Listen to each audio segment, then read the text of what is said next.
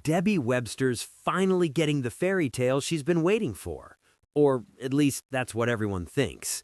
Because while she's choosing flowers and planning one of the flashiest weddings Weatherfield has ever seen, her brother Carl is quietly setting a time bomb that could blow the whole day apart.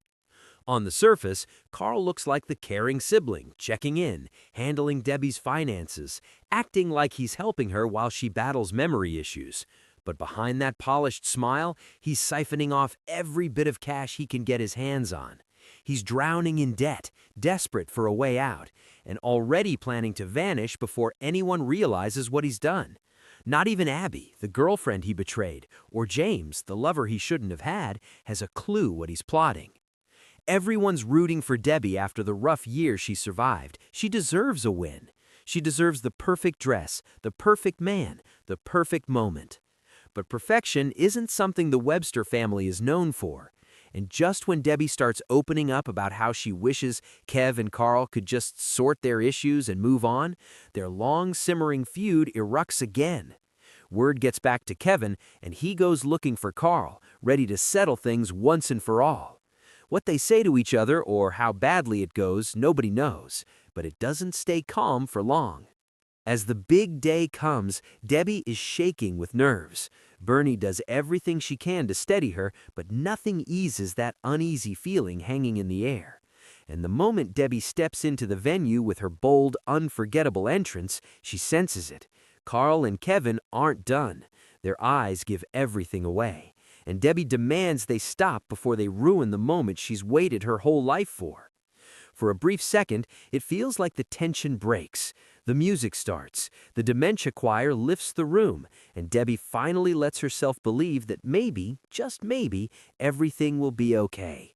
But that peace doesn't last. Abby can't ignore the odd behavior she's been seeing from Carl.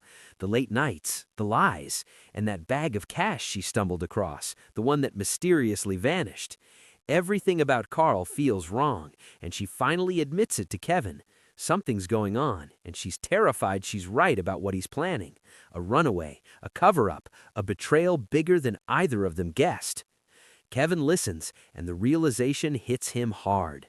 If Carl's been stealing from Debbie while pretending to protect her, if he's been manipulating her at a time when she's vulnerable, then this isn't just a mistake, it's unforgivable. And with the wedding in full swing, the pressure on Carl starts crushing in from all sides. His lies, his affairs, his money scheme, every piece starts slipping out of his hands. You can almost see it in his face as he watches Debbie glowing at the altar. The guilt, the panic, the knowledge that one wrong move could expose everything. People in the room can feel something's off, but no one knows how close everything is to falling apart. Whether Abby and Kevin decide to confront him right then, whether Carl cracks under the weight of his own secrets, or whether the truth explodes in front of every guest, Debbie's dream wedding is hanging by a thread. One choice, one slip, one word from the wrong person, any of it could turn her happiest day into the moment everything unravels. And as Weatherfield's most glamorous bride stands ready to say "I do," Carl's world finally begins to collapse, taking Debbie's perfect day with it.